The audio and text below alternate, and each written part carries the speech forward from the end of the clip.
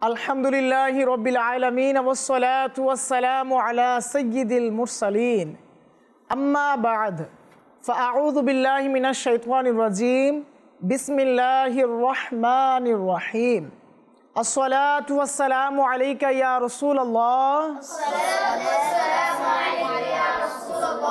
ওয়া আলা আলিকা ওয়া আসহাবিকা ইয়া হাবিবাল্লাহ আসসালাতু ওয়াসসালামু আলাইকা ইয়া নবী আল্লাহ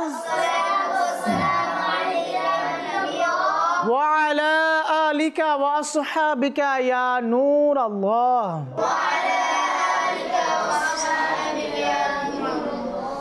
দুরূদ শরীফ পাঠ করার অসংখ্য অগণিত ফজিলত বারাকাত রয়েছে। দুরূদ শরীফ পাঠ করার বদৌলতে আল্লাহ সুবহানাহু ওয়া তাআলা অসংখ্য অগণিত নিয়ামত দ্বারা আমাদেরকে ধন্য করেন। এর বদৌলতে আমরা যারা রয়েছি, আমরা এমন অনেক নিয়ামত যা এমন রয়েছে সবার কাছে থাকে না। হ্যাঁ, এমন কিছু নিয়ামত রয়েছে যে সব জায়গায় পাওয়া যায় না, সবার কাছে থাকেও না, কিন্তু আল্লাহ সুবহানাহু ওয়া তাআলা অধিক হারে দুরূদ শরীফ পাঠ করার বদৌলতে দিয়ে থাকেন। তো এরকম এক আশ্চর্যজনক ঘটনা আপনাদের সাথে আরজ করার চেষ্টা করব। একবার হযরত শায়খ মুহাম্মদ বিন সুলাইমান জাজলি রহমতুল্লাহি আলাইহি উযু করার জন্য একটি কূপের নিকট পৌঁছালেন। তো ওইখানে পানি উঠানোর জন্য কোনো বালতি বা রশি কিছুই ছিল না, ওখান থেকে পানি ওঠানোর জন্য কোনো পাত্র ছিল না।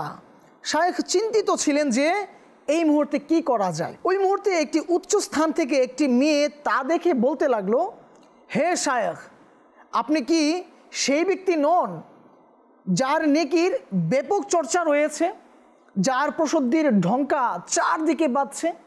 আপনি কি ওই নেককার ব্যক্তি নন? অর্থাৎ সুলাইমান জাজলি রহমতুল্লাহ আলাইহিকে উদ্দেশ্য করে এক মেয়ে বলে, বাচ্চা মাদানী মুন্নি বলে যে আপনি তো ওই নেককার ব্যক্তি যার প্রসিদ্ধির ঢঙ্কা চারদিকে বাজছে, আপনার নেককার এবং আপনার নেকির কথা মানুষ সবাই জানে। আজকে আপনার এই অবস্থা, আপনি কূপ থেকে পানি কিভাবে উঠাবেন তা নিয়ে চিন্তিত। তো এই বলে ওই মাদানী মুন্নি, ওই বাচ্চা মেয়ে কূপের মধ্যে থুতু নিক্ষেপ করলো, আর সাথে সাথে ওই কূপ থেকে পানি উপচে উঠতে শুরু করলো। অর্থাৎ কূপের মধ্যে তো পানি নিচে থাকে না, তো ওই পানি উঠানোর জন্য বালতি, রশি ইত্যাদির প্রয়োজন হয়। তো ওই সময় বালতি, রশি না থাকার কারণে শায়খ সুলাইমান জাজলি রহমতুল্লাহ আলাইহি চিন্তিত ছিলেন।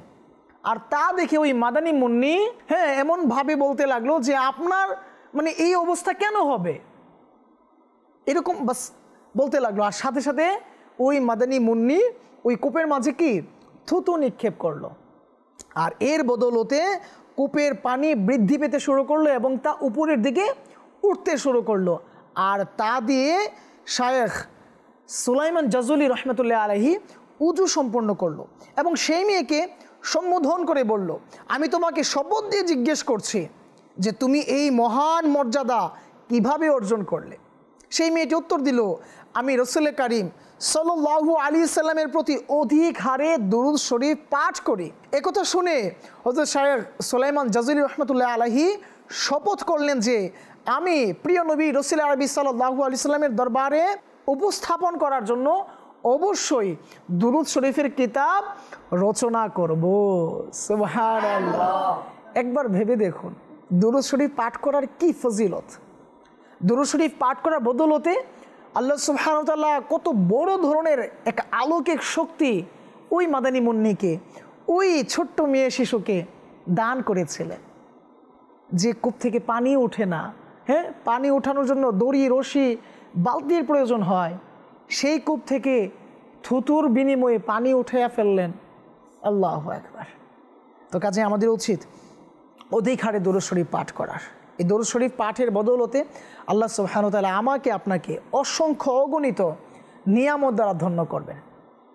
আসুন আমরা আরও একবার এই প্রোগ্রামকে সুসজ্জিত করার জন্য দুরূদ শরীফ পাঠ করে নিই। সাল্লু আলাল হাবিব সাল্লাল্লাহু তাআলা আলা মুহাম্মদ সাল্লাল্লাহু আলাইহি ওয়াসাল্লাম। প্রিয় মাদানী চ্যানেল দর্শকবৃন্দ, বিশেষ করে আমাদের ক্ষুদে দর্শকবৃন্দ যারা রয়েছেন তাদের জন্য মাদানী চ্যানেল নতুন বছর উপলক্ষে এক বিশেষ অনুষ্ঠান নিয়েছে, নবীর যুগের প্রিয় শিশুরা। তো এই অনুষ্ঠানে আপনাদের সবাইকে মুবারকবাদ জানাচ্ছি। যে যেখান থেকে দেখছেন, কাছে কিংবা দূরে, দেশে কিংবা প্রবাসে, সবাইকে জানাচ্ছি আন্তরিক মোবারকবাদ। আর আসুন আমরা অনুষ্ঠানের শুরুতে ভালো ভালো কিছু নিয়ত করেন, কাজে আসুন আমরা অনেক বেশি নিয়ত করে নিই। আমরা ইনশাআল্লাহ তাআলা এই অনুষ্ঠানে যা শ্রবণ করব তার উপর নিজে আমল করব, অপরের নিকট পৌঁছে দিব ইনশাআল্লাহ তাআলা। আমরা এই অনুষ্ঠান নবীর যুগের প্রিয় শিশুরা, এই অনুষ্ঠান আমরা অনেকগুলো সেগমেন্ট আকারে সাজিয়েছি। এখানে আমরা তিলাওয়াতে কোরআন শ্রবণ করব, হামদ নাথ শ্রবণ করব, হ্যাঁ, বিভিন্ন সেগমেন্টও আছে ইনশাআল্লাহ তাআলা। হ্যাঁ, বলতে হবে যে বিষয়ে, হ্যাঁ, আমরা একটা টোকেন নিব ইনশাআল্লাহ তাআলা এক পাত্র থেকে। ওই টোকেনের মাঝে যে বিষয় থাকবে ওই বিষয়ে ইনশাআল্লাহ তাআলা কি আমাদের মাদানী মুন্নারা আপনাদের উদ্দেশ্যে মাদানী ফুল পেশ করবে। তো কাজে আসুন আমরা এখনও যারা টিভি সেটের সামনে উপস্থিত হয়নি তাদেরকে আমরা দাওয়াত দেই, ওই মাদানী মুন্নিদেরকে দাওয়াত দিই যারা কিনা এই সময়ে হয়তো অযথা ঘোরাফেরা বা খেলাধুলা করছে। তো ইনশাআল্লাহ তাআলা এই সব কিছু বিষয়ে ইনশাআল্লাহ আলোচনা হবে এখানে। বাচ্চাদের সময় কিভাবে অতিবাহিত করতে হয়, হ্যাঁ, নবীর যুগে শিশুরা কেমন ছিল, তারা কিভাবে খেলাধুলা করতেন, তারা কিভাবে তাদের সময়কে অতিবাহিত করতেন, এই সব কিছু সম্পর্কে ইনশাআল্লাহ জানার চেষ্টা করব। আসুন আমরা অনুষ্ঠানের শুরুতেই কোরআনুল কারীম ফুরকানুল হামিদের তিলাওয়াত শ্রবণ করে নিই। সাল্লু আলাল হাবিব সাল্লাল্লাহু তাআলা আলা মুহাম্মদ সাল্লাল্লাহু আলাইহি ওয়াসাল্লাম। আউযু বিল্লাহি মিনাশ শাইতানির রাজীম। বিসমিল্লাহির রহমানির রহিম। বালিল্লাযীনা কাফারু ইউকাযযিবুন ওয়াল্লাহু আ'লামু বিমা ইউ'উন ফাবাশশিরহুম বি'আযাবিন আলীম। সাদাকাল্লাহুল আযীম। মাশাআল্লাহ, সুবহানাল্লাহ। অনেক সুন্দর তিলাওয়াত আমরা শ্রবণ করছিলাম। আল্লাহ সুবহানাহু ওয়া তাআলা খুব আমাদেরকে তিলাওয়াত করার এবং শ্রবণ করার তৌফিক দান করুন। আমরা আমাদের অনুষ্ঠানের যে দ্বিতীয় সেগমেন্ট রয়েছে নাতে রসুল মুস্তাফা সাল্লাল্লাহু আলাইহি সাল্লাম, আমরা ইনশাআল্লাহ তাআলা নেওয়ার চেষ্টা করব। আসুন আমরা ভালো ভালো কিছু নিয়ত করি ইনশাআল্লাহ তাআলা। আমরা এই নাত শরীফ শোনার মাধ্যমে আমরা খুব বেশি আল্লাহ রসুল সাল্লাল্লাহু আলাইহি সাল্লামের প্রতি ভালোবাসা পোষণ করার চেষ্টা করব। নাতে রসুল মুস্তাফা সাল্লাল্লাহু আলাইহি ওয়াসাল্লাম পাঠ করার সময়, শোনার সময় আমরা চক্ষু বন্ধ করে মদিনা মুনাওয়ারার ধ্যানে থাকার চেষ্টা করব। বিভিন্ন ধরনের কাজ থাকলে ইনশাআল্লাহ আমরা দূরে রাখার চেষ্টা করব। জি, আমাদেরকে নাত শরীফ শুনিয়ে দিন। সাল্লাল্লাহু আলাইকা ইয়া রাসূলুল্লাহ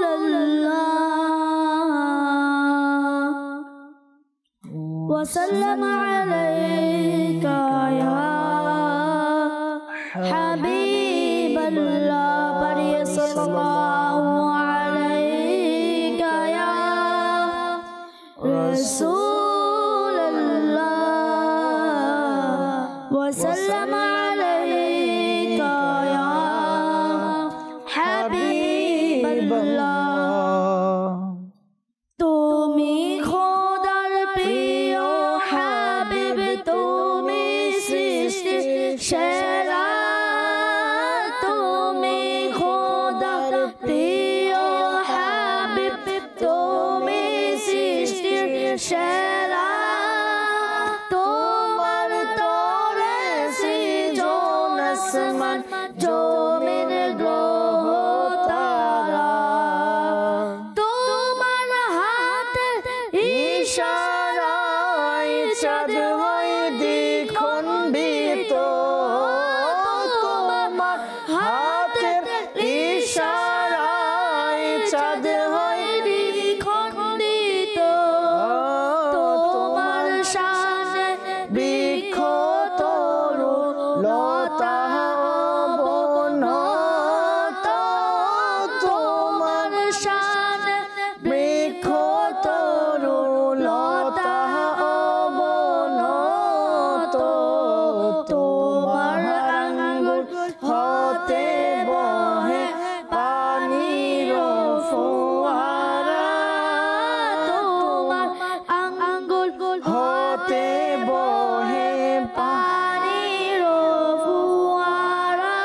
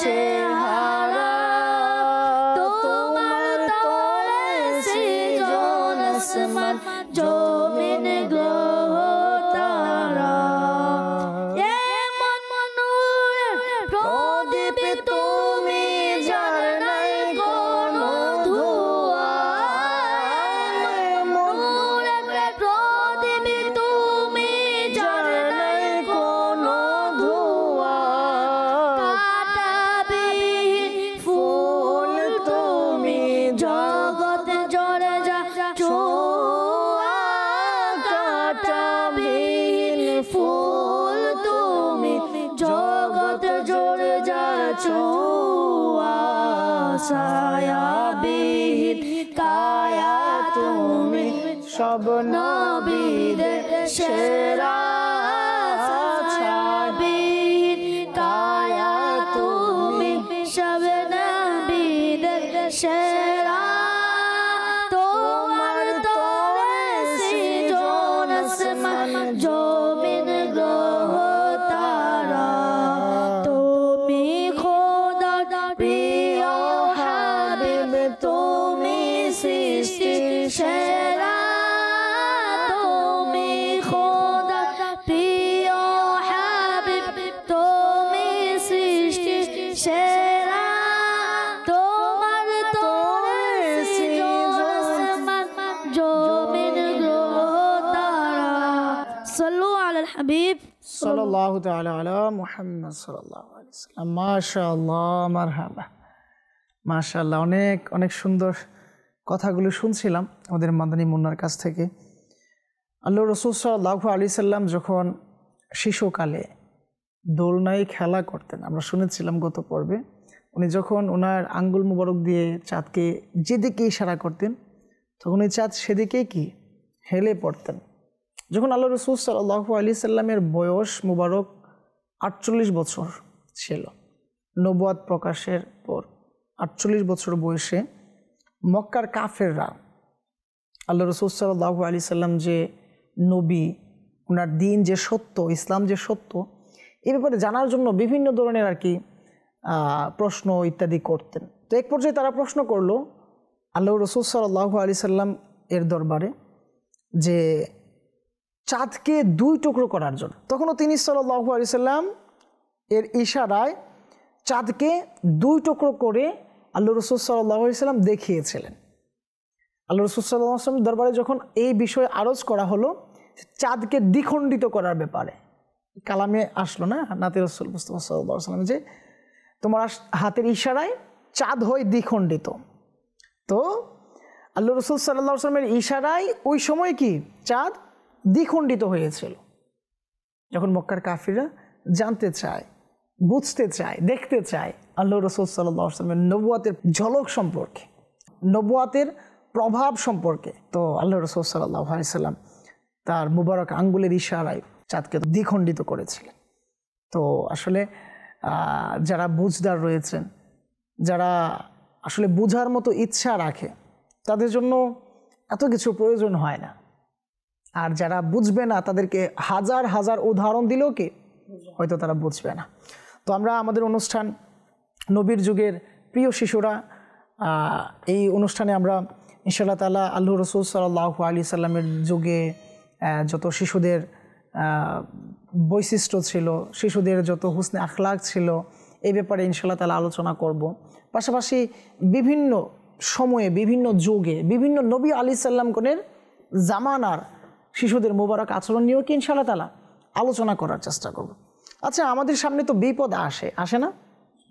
এই বিপদে আমরা অনেকে বিচলিত হয়ে যাই, অনেকে ধৈর্য হারা হয়ে যায়, অনেকে মাআদাল্লাহ বিভিন্ন ধরনের বাজে কিছু করে ফেলে। কিন্তু ধৈর্য ধারণ করলে যে বিপদগুলো কত সুন্দরভাবে সমাধান হয়, এটার এক উজ্জ্বল দৃষ্টান্ত ইনশাআল্লাহ তাআলা আমরা এই আলোচনা থেকে জানতে পারবো। কোরআনুল কারীম ফুরকানুল হামিদে হযরত সাইয়েদনা লোকমান হাকিম রহমতুল্লাহি আলাইহির আলোচনা এসেছে। লোকমান হাকিম রহমতুল্লাহি আলাইহির আলোচনা এসেছে কোথায়? কোরআনুল কারীমে। তো একবার হযরত সাইয়েদনা লোকমান হাকিম রহমতুল্লাহি আলাইহি নিজের ছেলেকে নসিহত করতে গিয়ে বলেন, আমাদের পিতারা নসিহত করে না, বড়রা পরামর্শ দেয় না, বিভিন্ন গুরুত্বপূর্ণ বিষয়ে দিক নির্দেশনা আমাদেরকে দেয়। তো উনিও ওনার নিজের সন্তানকে নসিহত করতে গিয়ে বলেন, প্রিয় বৎস, যখনই তোমার কোনো বিপদ আসে তখন তা তোমার জন্য ভালো মনে করবে। বিপদ আসে না, বিভিন্ন ধরনের মুসিবত আসে, তো উনি নসিহত করছে যে তা তুমি ভালো হিসাবে ধরে নিবে এবং এই বিষয়টি অন্তরে গেঁথে নাও যে আমার জন্য এতেই কল্যাণ রয়েছে। কোনো বিপদ আসলে সেটাকে তো ভালো মনে করবে, পাশে এটা ভেবে নাও, ধরে নাও যে এইখানে আমার কি রয়েছে, কল্যাণ রয়েছে।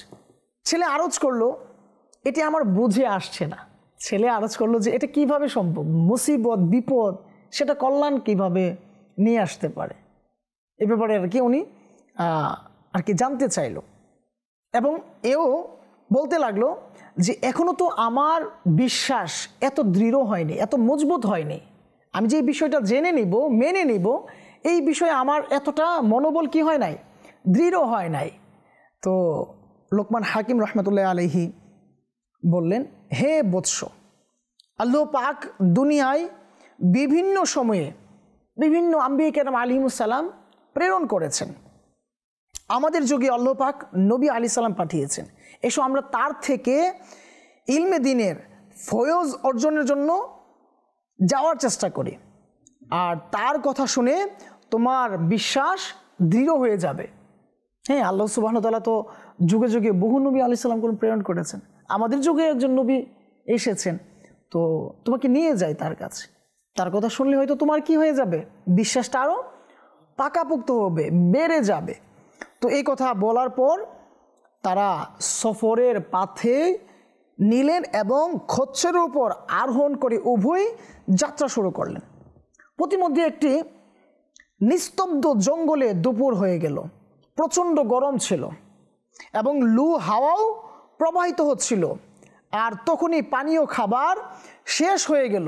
খচ্চর ক্লান্তি এবং পিপাসায় হাঁফাতে লাগলো। হযরত সাইয়েদনা লোকমান হাকিম রহমতুল্লাহ আলাইহি এবং তার ছেলে তখন ওই খচ্চর থেকে নেমে গেল, নেমে হাঁটতে হাঁটতে সামনের দিকে অগ্রসর হতে লাগলো। তো কিছু দূরে দেখা যাচ্ছে কোথাও যেন ধোঁয়ার মতো কিছু একটা আকাশে ভাসমান রয়েছে, এরকম কিছু আর কি দেখা যাচ্ছে। তখন ওনারা ভাবতে লাগলেন যে ওইখানে হয়তো বসতি আছে। কি আছে? বসতি, যেহেতু ধোঁয়া উঠছে তার মানে সেখানে কেউ না কেউ থাকে, তো আসো আমরা ওদিকে গমন করি। তো এই ভেবে তারা সামনের দিকে অগ্রসর হতে লাগলেন হেঁটে হেঁটে। প্রতিমধ্যে লোকমান হাকিম রহমতুল্লাহ আলাইহির ছেলে কোনো এক জায়গায় হুচুট খায়, খাওয়ার পরে পায়ের মধ্যে একটি হাড় এমনভাবে গেঁথে যায়, ঢুকে যায় যে পায়ের নিচ থেকে একবার উপরের দিকে বের হয়ে আসে, এমনভাবে লাগে, একবারে পায়ের পাতা থেকে উপরের দিকে কি উঠে আসে। তো মানে ভয়ানক এক অবস্থা।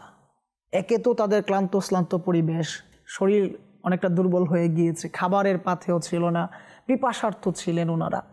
এই অবস্থায় আবার কি বড় একটা বিপদ, হ্যাঁ, মোটামুটি অনেক কঠিন একটা বিপদ, তাই না? তো এই অবস্থায় তারা আরও বিচলিত হয়ে গেলেন। আর সন্তান তো অনেকটা ব্যথায় বেহুশ হয়ে মাটিতেই পড়ে গেল। কি এক অবস্থা! তখন মমতার কারণে কাঁদতে কাঁদতে লোকমান হাকিম রহমতুল্লাহ আলাইহি নিজের দাঁত দিয়ে টেনে ওই হাড় বের করলেন, নিজের মুবারক পাগড়ি থেকে কিছুটা কাপড় ছিঁড়লেন এবং ক্ষতস্থান বেঁধে দিলেন। হযরত সাইয়েদনা লোকমান রহমতুল্লাহ আলাইহি এর অশ্রু যখন ছেলের চেহারায় পড়ল, অর্থাৎ আবেগঘন পরিবেশ ছিল, ছেলের কষ্ট দেখে বাবা সহ্য করতে পারছেন না, তার জন্য কান্না করছিলেন। ওই মুবারক পানি যখন ওই ছেলের শরীরে পড়লো, চেহারায় পড়লো, তখন ওই ছেলে হুঁশ ফিরে আসে। বলতে লাগলো, আব্বাজান, আপনিই বলেছিলেন যে প্রতিটি বিপদে কল্যাণ নিহিত রয়েছে, কিন্তু এখানে কাঁদছেন কেন? আপনি তো বলেছিলেন যে বিপদের মধ্যে কল্যাণ আছে, তো এখানে আপনি কান্নাকাটি কেন করছেন? তার মানে এখানে কি আমাদের অকল্যাণ কিছু হয়ে গেল? কল্যাণ যেহেতু আছে সেহেতু কান্না কি দরকার, তো কাঁদছেন কেন? তখন লোকমান হাকিম রহমতুল্লাহ আলাইহি বললেন, প্রিয় বৎস, সন্তানের কষ্টের কারণে পিতার কষ্ট হওয়া এবং কান্না করা এটি স্বভাবগত। আর রইল এই বিষয়টি যে এই বিপদে তোমার জন্য কি কল্যাণ রয়েছে, কারণ কষ্ট তো আসবে। সন্তান যদি ব্যথা পায়, সন্তানের যদি কোনো কষ্ট হয়, সেই কষ্টে পিতারা কষ্ট পাবে, এটাই স্বাভাবিক, তাই না ব্যাপারটা? তো ওই কষ্টের কারণে কান্নাও আসবে, এটাও স্বাভাবিক। সব কি হয়ে গিয়েছে? সমাধানের দিকে। এখন তোমার যে এখানে কল্যাণ রয়েছে, সেটা হচ্ছে ভাবার বিষয়। তো হতে পারে এই ছোট বিপদে লিপ্ত হওয়ার কারণে তোমার ভবিষ্যতে বড় কোনো বিপদ কি হয়ে গিয়েছে, তোমার কাছ থেকে দূরীভূত হয়ে গিয়েছে। তো উত্তর শুনে সন্তান চুপ হয়ে গেল। অতঃপর হযরত সাইয়েদনা লুকমান হাকিম রহমতুল্লাহ আলাইহির সামনে দৃষ্টি দিল। তখন তাতে কোনো ধোঁয়াও দেখলেন না, ছায়াও দেখলেন না। সাদা ও কালো রঙের ঘোড়ার উপর আরোহণ করে একজন ব্যক্তি বড় তীব্র গতিতে অগ্রসর হয়ে আসছে। সেই আরোহী নিকটে এসে হঠাৎ অদৃশ্য হয়ে গেল এবং আওয়াজ আসতে লাগলো, আমার প্রতিপালক আমাকে নির্দেশ দিয়েছে। ওই ধোঁয়ার স্থান থেকে একজন ব্যক্তি আসলেন, হ্যাঁ, ঘোড়ায় চড়ে তীব্র গতিতে আসলেন। আসার পর সামনে এসে আবার কি অদৃশ্য হয়ে গেলেন। তো অদৃশ্য হওয়ার পর আওয়াজ আসছে। কি আওয়াজ আসছে? যে আল্লাহ সুবহানাহু ওয়া তাআলা আমাকে আদেশ দিয়েছেন আমি যেন অমুক শহর এবং এর আদিবাসীদেরকে মাটিতে ধসিয়ে দেই। আমাকে সংবাদ দেওয়া হলো যে আপনারা উভয়েই ওই শহরের দিকে অগ্রসর হচ্ছেন। তো আল্লাহ তাআলা আমাকে যেই শহরকে ধ্বংস করার জন্য হুকুম দিয়েছেন, ওই শহরের দিকে আপনারা অগ্রসর হচ্ছেন। তখন আমি আল্লাহ পাকের নিকট দোয়া করেছি যে তিনি যেন আপনাদেরকে এই শহর থেকে দূরে রাখেন। সুতরাং তিনি এভাবে পরীক্ষা নিলেন যে আপনার ছেলের পায়ে হাড় ঢুকে গেল, আর এভাবে আপনারা উভয়েই এই ছোট বিপদের কারণে একটি বড় বিপদ অর্থাৎ এই আযাবের শহরে মাটিতে ধসে যাওয়া থেকে বেঁচে গেলেন। সুবহানাল্লাহ, আল্লাহু আকবার। একবার ভাবুন ব্যাপারটা, যদি পায়ে হাড় না ঢুকতো, ব্যথা না পেত, তবে তো তাদের যাত্রা অগ্রসরই হতো না, সামনের দিকেই তো তারা যেতে থাকতেন। তো যদি আস্তে আস্তে আস্তে আস্তে ওই শহরে প্রবেশ করতেন, তাহলে ওই শহরে যে আযাব এসেছে, হ্যাঁ, যে শহরকে ধ্বংস করা হয়েছিল, আল্লাহ না করুক তারাও তো ধ্বংস হয়ে যেতে পারত। তো এই জন্য আল্লাহ সুবহানাহু ওয়া তাআলা কি করলেন? একটু ছোট্ট বিপদ দিয়ে তাদেরকে থামিয়ে দিলেন, আর ওই বড় বিপদ থেকে তাদেরকে মুক্ত করে দিলেন। এই হচ্ছে কি বিপদের মধ্যে কল্যাণ। অতঃপর হযরত সাইয়েদনা জিবরাইল আলাইহিস সালাম নিজের মোবারক হাত সেই ছেলের পায়ের ক্ষততে বুলিয়ে দিলেন, সাথে সাথেই ক্ষত ভালো হয়ে গেল। তারপর খাবার ও পানির খালি পাত্রে হাত বুলালেন, তখন সেই দুটি খাবার ও পানিতে ভরে গেল। এরপর হযরত সাইয়েদনা জিবরাইল আলাইহিস সালাম উভয় পিতা পুত্রকে সরঞ্জাম ও বাহন সহ উঠিয়ে নিলেন এবং মুহূর্তে তারা নিজেদের ঘরে পৌঁছে গেলেন, অথচ তার ঘর সেই জঙ্গল থেকে অনেক অনেক দূরত্বে ছিল। সুবহানাল্লাহ। একবার ভাবুন, যে পথ তারা এত এত দিন সময় অতিবাহিত করে গমন করেছিলেন, হ্যাঁ, এত দূরত্বের পথ, সেই পথকে কত দ্রুত জিবরাইল আমিন আলাইহিস সালাম পার করে দিলেন। তো এই হচ্ছে নিদর্শনাবলী। আল্লাহ সুবহানাহু ওয়া তাআলার নেককার বান্দারা যারা আল্লাহ তাআলার দেওয়া প্রত্যেকটি বিষয়কে নিয়ামত হিসাবে মেনে নেয়, তাদের জন্য এই সকল উপহার, এই সকল পরীক্ষা আসবে, কিন্তু তারা সর্বদাই এই সকল কিছুকে নিয়ামত হিসেবে, কল্যাণকর বিষয় হিসেবে ধরে নেবে, এটাই স্বাভাবিক। কিন্তু আফসোস, আজকে যারা মারাদাল্লাহ আমরা অজ্ঞতার সাগরে ডুবন্ত অবস্থায় আছি, আমরা হয়তো ভাবি মাথা ব্যথা, আস্তাগফিরুল্লাহ, আল্লাহ কি শুধু আমাকেই দেখে? কত বাজে কিছু বলে ফেলি, কুফরিমূলক কত কিছু বলে ফেলি। হ্যাঁ, আমার ছেলে আস্তাগফিরুল্লাহ অ্যাক্সিডেন্ট করলো, এত এত ছেলে থাকতে, এত এত সন্তান থাকতে আমার ছেলেই অ্যাক্সিডেন্ট করলো, আস্তাগফিরুল্লাহ, এরকম কিছু আমরা বলে ফেলি।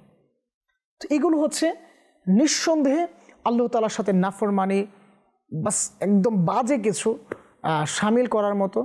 তো এগুলো থেকে আমাদেরকে বেঁচে থাকতে হবে। আমাদেরকে সর্বদা ভাবতে হবে আল্লাহ সুবহানাহু ওয়া তাআলার পক্ষ থেকে যা এসেছে তা অবশ্যই আমার জন্য কল্যাণকর, এখানে কল্যাণ নিহিত রয়েছে। এখন আমার কাজ হচ্ছে ধৈর্য ধারণ করা।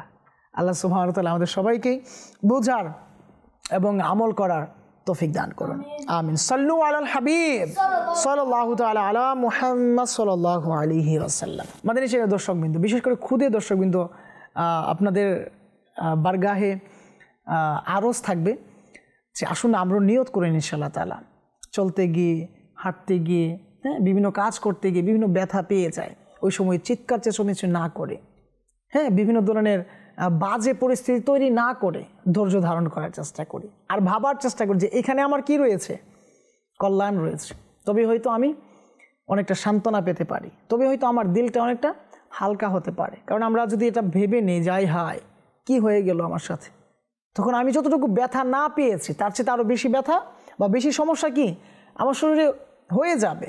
তো এই জন্য ইনশাআল্লাহ তাআলা আমরা এর থেকে বাঁচার চেষ্টা করব। আমরা শুনছিলাম এক আজিমুশান আলোচনা, তো আমাদের সাথে যারা মাদানী মুন্নারা রয়েছেন তাদের কাছ থেকে আমরা এই ব্যাপারে কিছু মাদানী ফুল নেওয়ার চেষ্টা করব, যে আমাদের কি করা উচিত, আমাদের পিতাদের কাছ থেকে পাওয়া যে উপদেশগুলো আছে এর প্রতি কতটুকু আমল করা উচিত, এ সম্পর্কে কে বলতে চান? বাস নিজে থেকে যে আমি কিছু বলতে চাই, আমি এইখান থেকে এই শিক্ষা অর্জন করেছি, এই আলোচনা থেকে, এই ঘটনা থেকে, কে বলবেন? আমরা এই ঘটনা থেকে এটাই শিক্ষা পেলাম যে ব্যথা পেলে কান্দাকাটি করতে না, আর ধৈর্য ধারণ করা। মাশাআল্লাহ। আরও কি শিখলাম আমরা এখানে? আরও শিখলাম যে প্রতিটি বিপদে কল্যাণ রয়েছে। মাশাআল্লাহ, প্রতিটি বিপদে কি কল্যাণ রয়েছে। মাশাআল্লাহ, অনেক সুন্দর বলেছেন আপনি। আরও অনেকগুলো বিষয় রয়েছে এখানে। আমাদের পিতামাতা আমাদেরকে বিভিন্ন সময় বিভিন্ন নসিহত করেন, উপদেশ দিয়ে থাকেন। তো এই উপদেশগুলো আমাদের কিভাবে আমলে নেওয়া উচিত, কে বলতে পারবেন? মাশাআল্লাহ, আপনি বলেন তো। আমরা এই ঘটনা থেকে শিক্ষা পেলাম যে আল্লাহ যাই করেন ভালোর জন্য করেন। মাশাআল্লাহ। আরও শিক্ষা পেলাম যে সবসময় ধৈর্য ধারণ করা ভালো। মাশাআল্লাহ। তারপরে আর আমাদের পিতামাতা যা শিক্ষা দেন সেই শিক্ষায় অগ্রগতি হওয়া ভালো।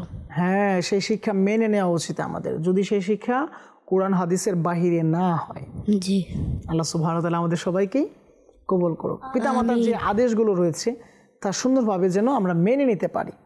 আচ্ছা, এখানে আরও একটি বিষয় এসেছিল যে আল্লাহ তাআলার ফেরেশতা একটা ভূখণ্ডকে, অর্থাৎ ওনারা সামনের দিকে যে অগ্রসর হচ্ছিলেন ওই ভূখণ্ডকে ধূলিসাৎ করে দিয়েছিল, ধ্বংস করে দিয়েছিল। কখন আল্লাহ সুবহানাহু ওয়া তাআলা কোনো জাতিকে ধ্বংস করে দেয়? এরকম আযাব কখন আল্লাহ সুবহানাহু ওয়া তাআলা দেয়? কে বলতে পারবো? মাশাআল্লাহ, মাশাআল্লাহ। আপনি বলেন, আপনি হাত উত্তোলন করেন না, আপনি বলেন, ওনাকে মাইক দেন, বলেন কখন আল্লাহ সুবহানাহু ওয়া তাআলা একটা জাতিকে ধ্বংস করে দেয়, তার উপরে এত বড় আযাব দেয়? আল্লাহ তাআলার সাথে মাআদাল্লাহ থেকে যে ব্যক্তি বের হয়ে যায় তার উপর আল্লাহ তাআলা আযাব, আল্লাহ তাআলার পথ থেকে যে সরে যায় বা আল্লাহ তাআলার সাথে যারা নাফরমানি করে, আল্লাহ তাআলার হুকুম থেকে যারা দূরে চলে যায়, বারবার যখন তাদেরকে হুকুম করা হয়, আদেশ দেওয়া হয় সঠিক পথে চলার জন্য, তারা না চলে যখন নাফরমানিতে লিপ্ত হয়ে যায়, তখন কি আল্লাহ সুবহানাহু ওয়া তাআলা তাদের উপর গজব নাজিল করেন। সেই জন্য আমাদেরকে সতর্ক থাকতে হবে, আল্লাহ তাআলার ওই আযাবকে ভয় করতে হবে। আল্লাহ সুবহানাহু ওয়া তাআলা আমাদের সবাইকে বোঝার এবং আমল করার তৌফিক দান করুন, আমিন। আমাদের বিশেষ সেগমেন্ট মাদানী চ্যানেলের ক্ষুদে দর্শকবৃন্দ আপনাদের জন্য রেখেছি, বলতে হবে যে বিষয়ে। তো এখানে আমরা অনেকগুলো বিষয় টোকেন আকারে রেখেছি, ওইখান থেকে আমাদের মাদানী মুন্নারা যে বিষয়গুলো নেবেন, আর ওই বিষয়ে ইনশাআল্লাহ তাআলা ওনারা কিছু মাদানী ফুল আপনাদেরকে দেওয়ার চেষ্টা করবেন। তা আসুন আমরা আমাদের পরবর্তী সেগমেন্ট বলতে হবে যে বিষয়ে যাওয়ার চেষ্টা করি। সাল্লু আলাল হাবিব সাল্লাল্লাহু তাআলা আলা মুহাম্মদ সাল্লাল্লাহু আলাইহি ওয়াসাল্লাম। জি, কে আসবেন? আপনি আসেন। জি, সিয়াম ভাই আসেন, আপনি এখান থেকে একটি টোকেন নিন, দেখুন এখানে কি বিষয় লেখা আছে, আর এই বিষয় সম্পর্কে আপনি কিছু মাদানী ফুল দিন আমাদের ক্ষুদে দর্শকবৃন্দ যারা রয়েছে তাদের উদ্দেশ্যে। চুল, মাশাআল্লাহ, চুল সম্পর্কে কি আছে আপনি বলুন তো? চুল রাখার পদ্ধতি, কিছু সুন্নত পদ্ধতি রয়েছে। জি, চুল সম্পর্কে কি বলবেন মাদানী চ্যানেলের ক্ষুদে দর্শকবৃন্দদের উদ্দেশ্যে? বা অনেকেই তো চুল কাটে, অনেকে বাজে কিছু স্টাইল যাকে আমরা বলি, হেয়ার স্টাইল যাকে আমরা বলি, ওইটাকে অনুসরণ করে চুল কাটার চেষ্টা করে, কিন্তু আফসোসের বিষয় হচ্ছে ওই একটা স্টাইলও ইসলামের মধ্যে আমাদের যারা আইম্মা ছিলেন, আমাদের যারা নেতা ছিলেন, সাহাবী কেরাম আলাইহিম রিদওয়ান, আহলে বায়তের সদস্যগণ বা নবী আলাইহিস সালামগণের মতো না ওই স্টাইলগুলো। তখন আমাদেরকে কোন স্টাইল ফলো করতে হবে? সুন্নতের যে স্টাইল আছে সেটাই তো না। তো এর বাহিরে আমরা কেন যাই? তো এই উদ্দেশ্যে আপনি বাস চুল কাটা নিয়ে, চুল রাখা নিয়ে আমাদের সে দর্শকদের উদ্দেশ্যে কিছু বলেন। চুল 3 ভাবে কাটা সুন্নতে মুবারকা। তার মধ্যে একটি আমরা বাবরি চুল রাখতে পারি, এটা সুন্নত রয়েছে। দ্বিতীয়তে আমরা চুল কাটবো একদিক দিয়ে বড়, আরেক দিক দিয়ে ছোট না রেখে চেষ্টা করব চুল একদম সমান রাখার। মাশাআল্লাহ মাশাআল্লাহ। যদি অনেক কষ্ট হয়েছে তারপরও আপনাদের জন্য মাদানী ফুল পেশ করার চেষ্টা করেছে, তো ইনশাআল্লাহ তাহলে আমরা এর উপর আমল করার চেষ্টা করবো। জি শুক্রিয়া, শুক্রিয়া। আপনি আপনার জায়গা দখল করেন, জি আপনার আসনে চলে যান। মাশাআল্লাহ। আমরা আরও একজন কে নিব। কে আসবেন? আপনি আসেন।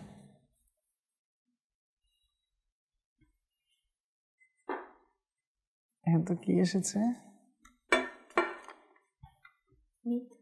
মিথ্যা। অনেক গুরুত্বপূর্ণ এক বিষয় মিথ্যা। আচ্ছা, এই মিথ্যা যে আমাদের জন্য কতটা ভয়াবহ, এই ব্যাপারে যদি আপনি কিছু মাদানী চ্যানেল দর্শকদের উদ্দেশ্যে বলতেন। মিথ্যা কথা বলা ভালো না। মিথ্যা কথা বলা ভালো না, অবশ্যই ভালো না, এটা কোনোদিন ভালো হতেও পারবে না। কিন্তু এর কি কি ভয়াবহতা আছে, এটার কি কি ক্ষতিকর দিক রয়েছে? মিথ্যা বললে কি আল্লাহ সুবহানাহু ওয়া তাআলা খুব বেশি রাজি হবেন, খুশি হবেন আমাদের প্রতি? নারাজ হবে। নারাজ হবেন। মিথ্যাবাদীদের কি শাস্তি আছে? যারা মিথ্যা বলবে আল্লাহ তাআলা যে নারাজ হবেন, তো তাদের জন্য কি আল্লাহ তাআলা কোনো পুরস্কার রাখবেন, ভালো কিছু রাখবেন? তো কি করবেন? আযাব দিবেন। আল্লাহ তাআলা মিথ্যাবাদীদেরকে আযাব দিবে। আচ্ছা, এই মিথ্যাবাদীদের আযাব সম্পর্কে যদি আপনি সহ সবার উদ্দেশ্যে বলি, আল্লাহ সুবহানাহু ওয়া তাআলার প্রিয় হাবিব সাল্লাল্লাহু আলাইহি সাল্লাম যখন মেরাজে গমন করেন, তখন অনেক দৃশ্যাবলী আল্লাহ তাআলা রাসূল সাল্লাল্লাহু আলাইহি ওয়াসাল্লামকে দেখান। তো এর মধ্যে বিভিন্ন ধরনের আযাব আল্লাহ রাসূল সাল্লাল্লাহু আলাইহি সাল্লাম দেখতে পায়, উপলব্ধি করেন।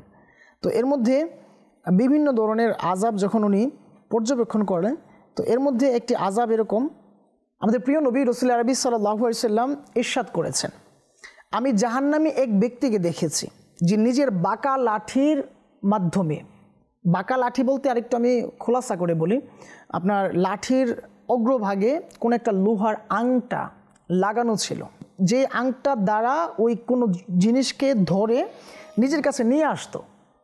তো ওই ব্যক্তি হাজিদের জিনিসপত্র চুরি করতো। যখন লোকেরা তাকে চুরি করতে দেখতো, তখন সে বলতো আমি চোর নয়। সে মিথ্যা বলছে। সে কি বলছে? মিথ্যা বলছে যে আমি চোর নয়, এই জিনিসপত্র আমার বাঁকা লাঠিতে আটকে গিয়েছিল। আস্তাগফিরুল্লাহ। অর্থাৎ ওই লোহার আংটার মধ্যে আটকে গিয়েছিল। সে বলছে কি আটকে গিয়েছিল, মূলত কি সে আটকায়নি, মানে ওই জিনিস আটকায়নি, সে নিজেই আটকে চলে এসেছিল, নিয়ে এসেছিল, চুরি করেছিল। সে কি বলেছিল? মিথ্যা বলেছিল। পরবর্তী সময়ে আল্লাহ রাসূল সাল্লাল্লাহু আলাইহি ওয়াসাল্লামের আলিশান ফরমান যে সে আগুনে, অর্থাৎ দোজখের আগুনে, জাহান্নামের আগুনে নিজের বাঁকা লাঠিতে হেলান দিয়ে এটা বলছিল আমি বাঁকা লাঠি বিশিষ্ট চোর। সে জাহান্নামের ওই আগুনের নিপতিত অবস্থায় বলতেছিল কি আমি বাঁকা লাঠি বিশিষ্ট চোর। কিন্তু দুনিয়াতে সে বলেনি, দুনিয়াতে সে কি মিথ্যা বলেছিল যে আমি চোর নয়, আমি তো চুরি করিনি, ওই জিনিসগুলো আমার লাঠিতে লেগে চলে আসছে। আস্তাগফিরুল্লাহ। কিন্তু সেই মূলত কি চুরি করেছিল। সেই জন্য মিথ্যা বলা যাবে না, মিথ্যার আশ্রয় নেওয়া যাবে না। তো মাদানী মুন্না যারা রয়েছে তাদের উদ্দেশ্যে যদি আপনি আরও একটু মাদানী ফুল দিতেন, চলতে ফিরতে, পড়াশোনার ক্ষেত্রে, একসাথে উঠা বসা করার ক্ষেত্রে অনেক সময় তো অনেকে মিথ্যা বলে ফেলে, তাদেরকে মানে কতটুকু সতর্কতা অবলম্বন করা উচিত এই ব্যাপারে কিছু বলেন মাদানী চ্যানেলের উদ্দেশ্যে। আমরা পড়াশোনা নিয়ে মিথ্যা কথা বলবো না, কোনো কাজে কর্মে মিথ্যা কথা বলবো না, সবসময় সত্যি কথা বলবো। মাশাআল্লাহ মাশাআল্লাহ, অনেক সুন্দর বলেছেন, আপনাকে মুবারকবাদ। আল্লাহ আপনার ইলমের মধ্যে, আমলের মধ্যে অফুরন্ত বারাকাত দান করুন। মাশাআল্লাহ। জি হ্যাঁ, আমাদের চ্যানেল দর্শকবৃন্দ, আমরা কখনোই মিথ্যার আশ্রয় নিব না। আমরা আমাদের দৈনন্দিন যতগুলো কার্য রয়েছে এগুলো আমরা পরিচালনা করার ক্ষেত্রে আমরা সত্যের সহবতে থাকার চেষ্টা করব। সত্যবাদিতা অর্জন করার যে এক প্রচেষ্টা, এক মন মানসিকতা, তাও আমরা কি নিজেদের জীবনে বাস্তবায়ন করার চেষ্টা করবো ইনশাআল্লাহ তাআলা। আমাদের দর্শকবৃন্দ, আমরা দেখতে দেখতে আমাদের অনুষ্ঠান নবীর যুগের প্রিয় শিশুরা প্রায় শেষের দিকে চলে এসেছি। তো আপনাদের দরবারে আরও একবার রিকোয়েস্ট থাকবে, আমরা যারা এখনও মাদানী চ্যানেলে আসতে পারিনি, মাদানী চ্যানেলের টিভি সেটে এসে এই প্রোগ্রাম দেখতে পারিনি, আপনাদেরকে অনুরোধ করব মাদানী চ্যানেল বাংলার যে ইউটিউব চ্যানেল রয়েছে বা ফেসবুক পেজ রয়েছে, ওইখানে আমাদের এই অনুষ্ঠানটা পেয়ে যাবেন। বা গত পর্ব যারা দেখতে পারেননি তারাও ইনশাআল্লাহ তাআলা গত পর্ব দেখতে পারবেন। তো কাজে অনুরোধ করব, আসুন আমরা মিথ্যাকে পরিহার করি। আমরা মিথ্যা বলবো না, বলাবো না ইনশাআল্লাহ। আমরা মিথ্যা বলবো না, বলাবো না ইনশাআল্লাহ। তো আমাদের এই যুদ্ধ জারি থাকবে। আর পাশাপাশি মাদানী চ্যানেল বাংলা দেখার এবং মাদানী চ্যানেলের বিশেষ বিশেষ অনুষ্ঠানগুলো, বিশেষ করে ছোট্ট বন্ধুদের যে অনুষ্ঠানগুলো রয়েছে, এগুলো দেখার জন্য আপনাদেরকে অনুরোধ করব। তো আমরা দেখতে দেখতে অনুষ্ঠানের প্রায় শেষের দিকে চলে এসেছি। আপনাদেরকে অনুরোধ করে যাব আগামী পর্বে আগামীকালকে এই একই সময় আগে থেকে প্রস্তুতি নিয়ে, বন্ধুবান্ধবদেরকে, সহপাঠীদেরকে সাথে নিয়ে টিভি সেটের সামনে বসে থাকার। ততক্ষণ পর্যন্ত মাদানী চ্যানেল দেখতে থাকুন, সুস্থ থাকুন, ভালো থাকুন। সাল্লু আলাল হাবিব সাল্লাল্লাহু তাআলা আলা মুহাম্মদ সাল্লাল্লাহু আলাইহি ওয়াসাল্লাম।